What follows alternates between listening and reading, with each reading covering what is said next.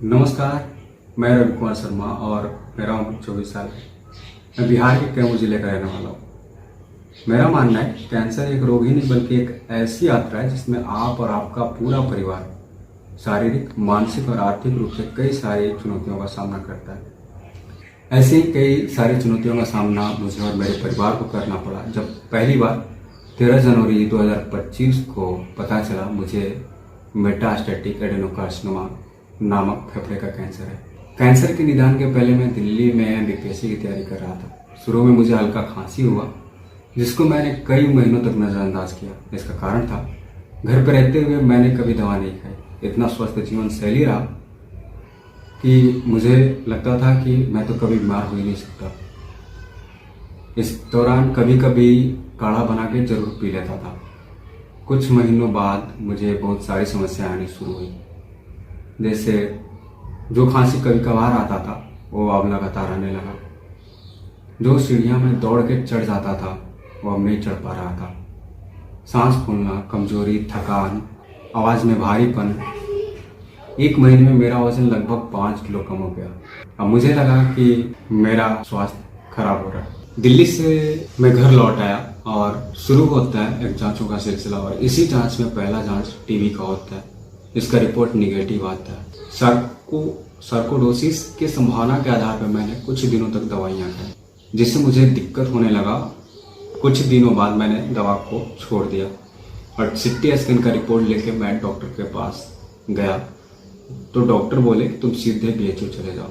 जब बीएचयू गया तो वहाँ भी मुझे कई सारी जांचों से गुजरना पड़ा। ब्रोंकोस्कोपी हुआ, एक्सरे हुआ, सिटी स्कैन और लगभग 1.5 महीने जांच के बाद रिपोर्ट आता है कि मेरे फेफड़े में फंगल इन्फेक्शन है। 4 दिसंबर 2024 को दवा शुरू हुई। 21 दिन मैंने दवा खाया और 25 दिसंबर 2025 को उल्टी होना शुरू होता है। फिर 2 दिन बाद हम डॉक्टर के पास जाते हैं और डॉक्टर से मिलते हैं तो डॉक्टर साहब बोलते हैं कि एक दवा खाओ फिर आके मिल लेना। 7 दिसंबर 2025 को मेरा ऑक्सीजन लेवल 64 के नीचे आ गया। तुरंत मुझे सरकारी अस्पताल में भर्ती होना पड़ा। फिर 8 जनवरी 2025 को मुझे बीएचयू ट्रांसफ़र कर दिया गया। फिर से एक बार जांच होनी शुरू हुई और 4 दिनों की जांच के बाद 13 जनवरी 2025 को रिपोर्ट आता है कि मुझे मेटास्टैटिक एडेनोकार्सिनोमा नामक फेफड़े का कैंसर है। डॉक्टर साहब पापा को बुलाए और समझाए। शुरू में मुझे नहीं बताया गया। पापा रोए जा रहे थे। मम्मी अपने आप को बैठी बगल में संतावना दे रही थी। शायद हमारे कर्म में ही लिखा है। मैं ऑक्सीजन मास्क लगाए बेड पे, पता नहीं क्या क्या सोचे जा रहा था। मैंने सुन रखा था कि शायद कैंसर उन्हीं को होता है जो धूम्रपान और शराब का सेवन करते हैं। मैंने ना जीवन में कभी शराब पिया ना धूम्रपान का सेवन किया, फिर भी इस दौर से गुजर रहा था। इसी दौरान मैं यूट्यूब चैनल पे गया और लंग कनेक्ट का यूट्यूब चैनल मिला जहां मेरे जैसे और भी लोग इस लड़ाई से लड़ रहे थे। इनकी कहानियां सुन के मैं काफ़ी प्रेरित हुआ, इनसे काफ़ी प्रेरणा मिला और ये लगा कि मैं अकेले नहीं इस लड़ाई को लड़ रहा। मेरे जैसे और भी हैं जो इस लड़ाई को लड़ रहे हैं। उस दिन मैं अपने आंसू पोंछ लिए। उस दिन ऐसा लग रहा था कि अगर मैं रोया तो शायद मेरे मम्मी पापा को कौन संभालेगा। मेरे आंसू सूख गए थे। फिर अगले दिन मुझे महामना कैंसर अस्पताल ट्रांसफ़र कर दिया गया। फिर से एक जांच का दौर स्टार्ट हुआ और कंफर्म हो गया कि मुझे मेटास्टैटिक एडेनोकार्सिनोमा यानी लंग कैंसर है। इससे पहले मैंने लंग कैंसर के सारे ट्रीटमेंट के बारे में मैंने जानकारियाँ इकट्ठा कर लिया था। तो उस समय लग रहा था कि नहीं, इम्यूनोथेरेपी ही लेना चाहिए। बट जब फॉलोअप पे डॉक्टर से तो डॉक्टर ने कीमोथेरेपी लिख दिया।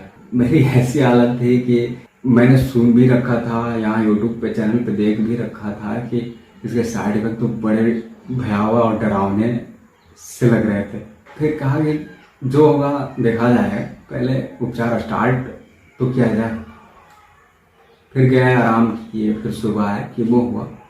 मैंने जितना सुन रखा था कि इसके ये साइड इफेक्ट होते हैं, बाल चले जाते हैं, उल्टियाँ होती हैं, लूज मोशन होता है। मुझे ऐसा कुछ भी नहीं हुआ। मेरे 4 कीमो कंप्लीट हुए। एनजीएस का रिपोर्ट है और एनजीएस की रिपोर्ट के आधार पर डॉक्टर ने मुझे क्रिजाल मेडिसिन रिकमेंड किया। क्रिजाल मेडिसिन इतना महंगा है कि मुझ जैसे मध्यम वर्गीय परिवार के लिए अफोर्ड कर पाना काफी मुश्किल था। इसी दौरान हम लंग कनेक्ट के नेविगेटर अरविंद भैया से जुड़े और उन्होंने हमारी काफी मदद की।